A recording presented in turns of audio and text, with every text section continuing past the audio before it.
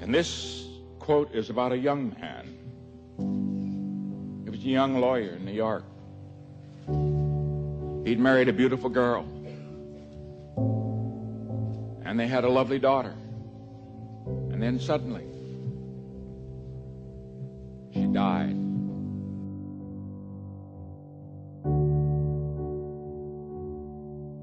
And this is what he wrote.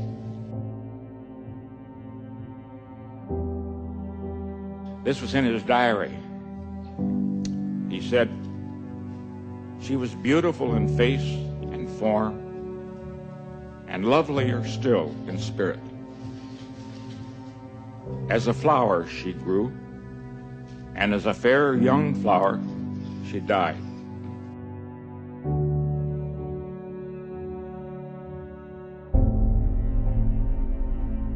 And when my heart's dearest died, the light went from my life forever."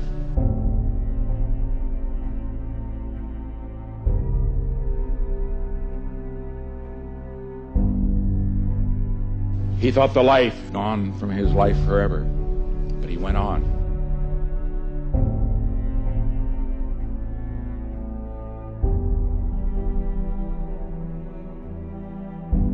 It's only a beginning, always.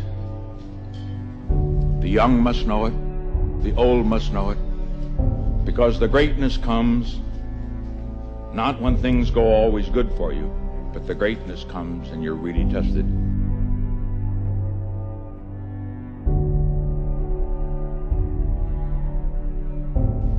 When you take some knocks, some disappointments, when sadness comes, because only if you've been in the deepest valley can you ever know how magnificent it is to be on the highest mountain.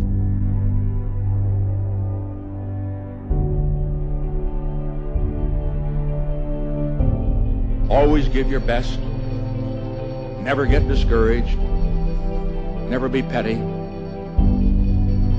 Always remember,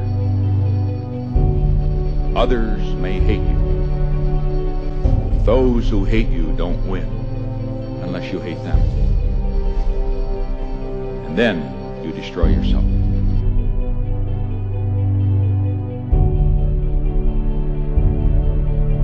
That a lobster is a soft, mushy animal that lives inside of a rigid shell. That rigid shell does not expand. As the lobster grows, that shell becomes very confining, and the lobster feels itself under pressure and uncomfortable, casts off the shell and produces a new one. Well, eventually, that shell becomes very uncomfortable as it grows, and the lobster repeats this numerous times. The stimulus for the lobster to be able to grow is that it feels uncomfortable.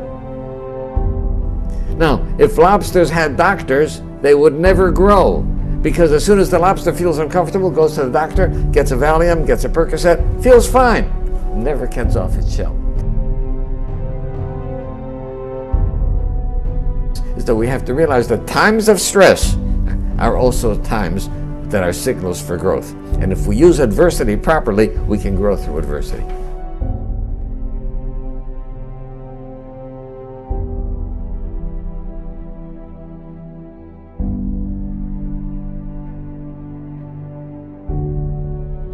These things happen to you and you think you've been dealt a terrible hand or you've had bad luck, and when you just go with it, you just start improvising, suddenly you realize that you stumble upon some of the best things that have ever happened to you.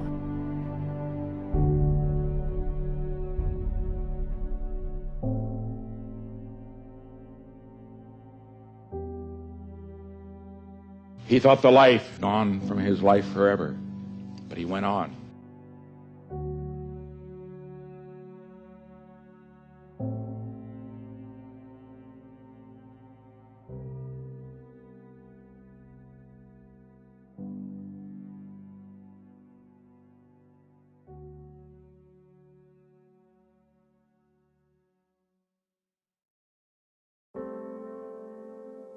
Sometimes, yeah, you've got to cut a little piece of yourself off, yeah, no matter how much it hurts, in order to grow, yeah, in order to move on.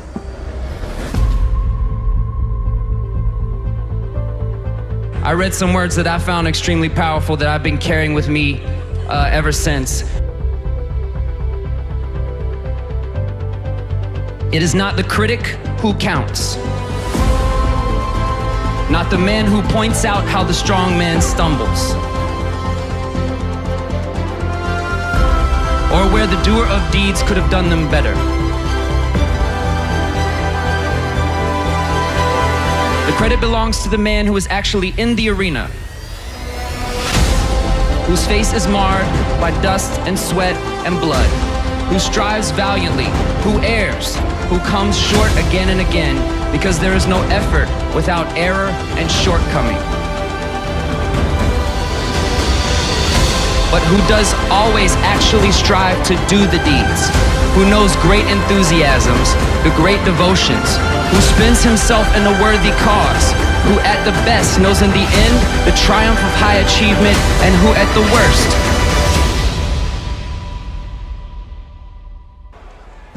if he fails, at least fails while daring greatly, so that his place shall never be with those cold and timid souls who neither know victory nor defeat.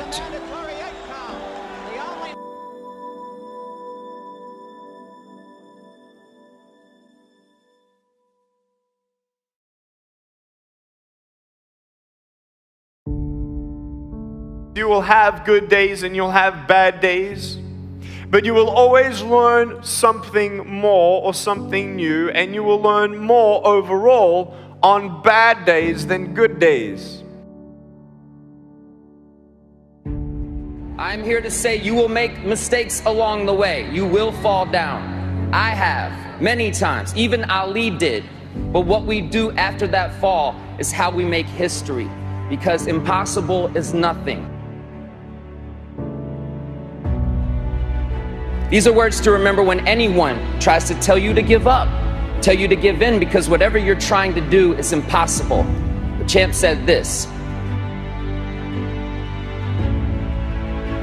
impossible is just a word thrown around by small men who find it easier to live in the world they've been given than to explore the power they have to change it. Impossible is not a fact, it's an opinion.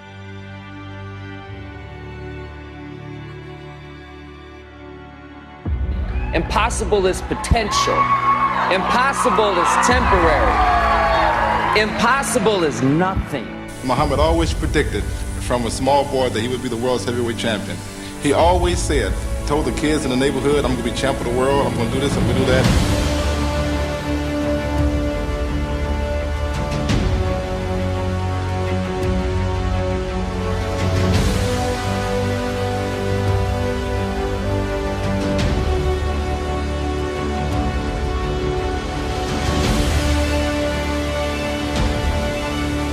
Chicken Soup for the Soul was rejected by 144 publishers. 144 publishers said, we don't want to publish a collection of short stories.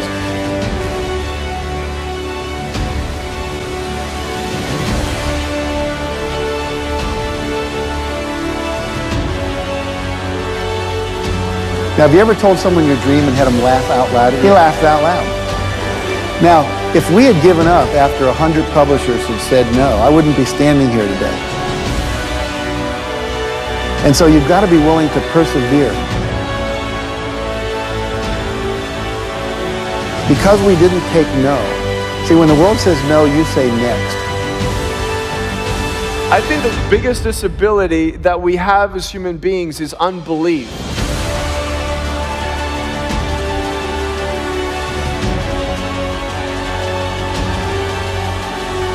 So what we have is this endless possibility, but you have to persevere. It's as if the universe tests our commitment.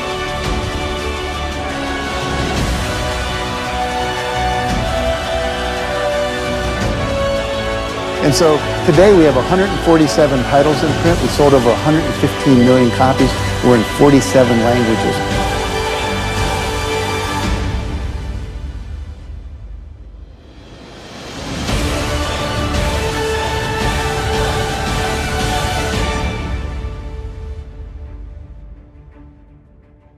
Everything starts with a vision, and a man without vision dies.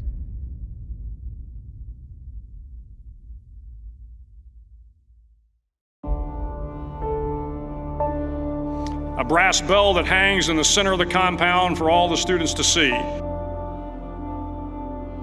All you have to do to quit is ring the bell. Ring the bell, and you no longer have to wake up at 5 o'clock. Ring the bell, and you no longer have to be in the freezing cold swims. Ring the bell, and you no longer have to do the runs, the obstacle course, the PT, and you no longer have to endure the hardships of training. All you have to do is ring the bell to get out. If you want to change the world, don't ever, ever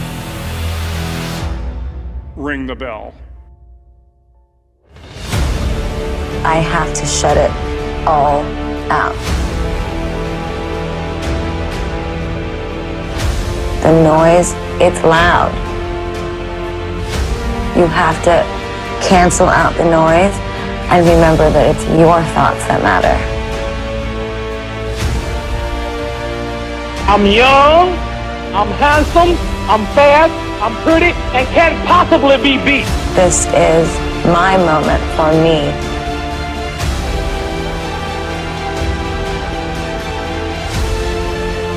You will learn more about yourself, you'll learn more about relationships, you'll learn about life and principles, and it'll build your character.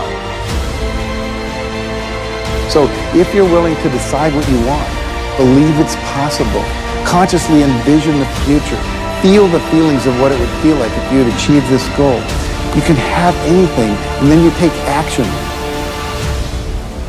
I am the greatest.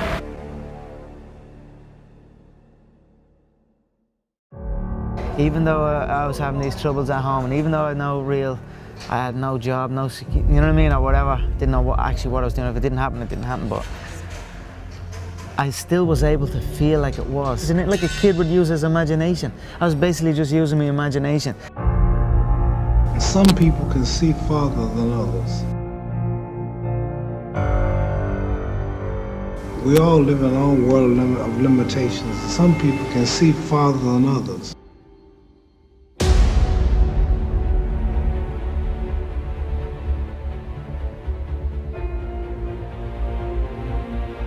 I have a big vision. I put a lot of effort, a lot of sacrifice in things I do. If I don't do it, it means I don't believe in it. In this, I believe very strong, and I will not give up until I'm top of the world. So that's the way it works. You aim for the top, you don't aim for the second. Second place is the first place among the last ones, and that's not my target. I try to do it almost every day. This is why I'm in a top level many years. Because I do it extra outside.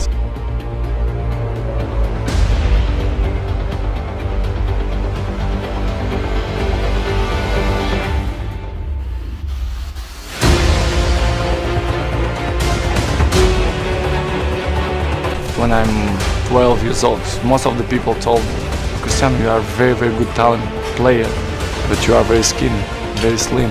And I put it in my mind, the body we can improve. You can improve, you go to gym, dedication and hard work, you can improve. So I'll improve myself. A lot of times people believe in certain things, but they keep to themselves. They don't put it out there. You truly believe in it. If you become vocal with it, you are creating that law of attraction, and it will become reality.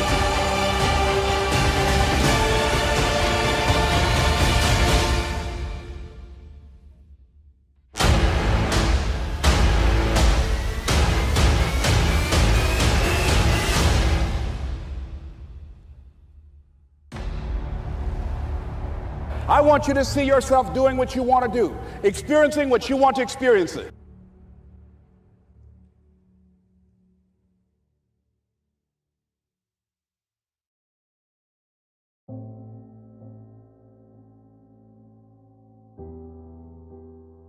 Everyone's unique. You know what I mean? You take, like Bruce Lee said, you take from everyone. and you use what is useful and you discard what is not, and you add what is uniquely your own. Having what you want to have, doing what it is that gives your life some meaning and value.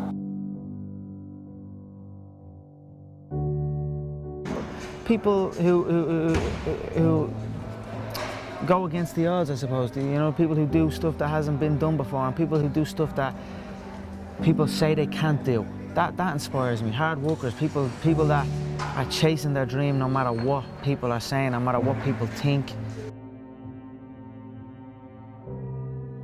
Is a lot of people just go do what they feel like they should do and live with the status quo and you know, go live by all these rules and hey, this is going to be okay. You know, just go accept your average 9 to 5 rather than striving for something, because the ultimate goal isn't to succeed or fail. The ultimate goal is to give it everything you have for something that's on your heart and a dream, and pursuing that. And if you get to live out your dream every single day, then the result doesn't matter. I can look back 20, 30 years from now and be able to look at this time and say, you know what, I gave everything I had. Dreams are based on something that's in your heart, that are passions, that are something that you want to go try, not on chances.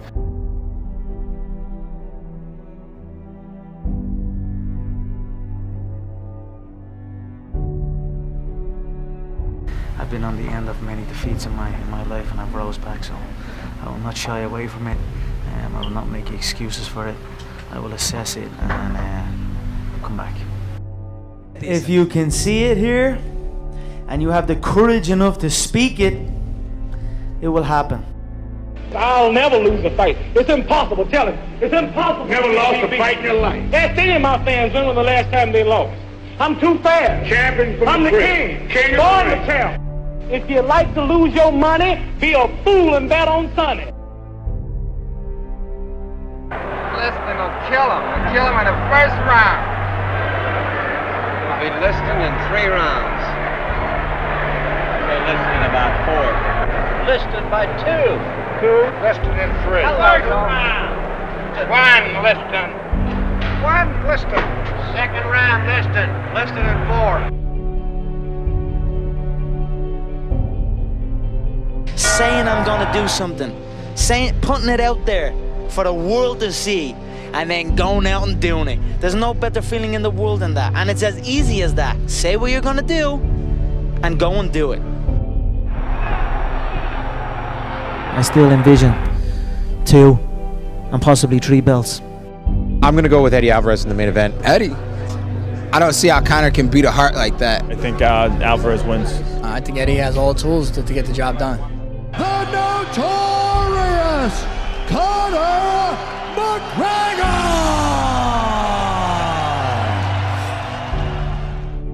3/4 of a mile, the effort was still barely perceptible. The time was 3 minutes, 0.7 seconds. A 4-minute mile was possible. Somehow, to do it, I had to run the last lap in 59 seconds. I felt that the moment of a lifetime had come. Those last few seconds seemed never-ending. The faint line of the finishing tape stood ahead as a haven of peace after the struggle. I knew I had done it before I even heard the time. I felt as if I was too close to have failed.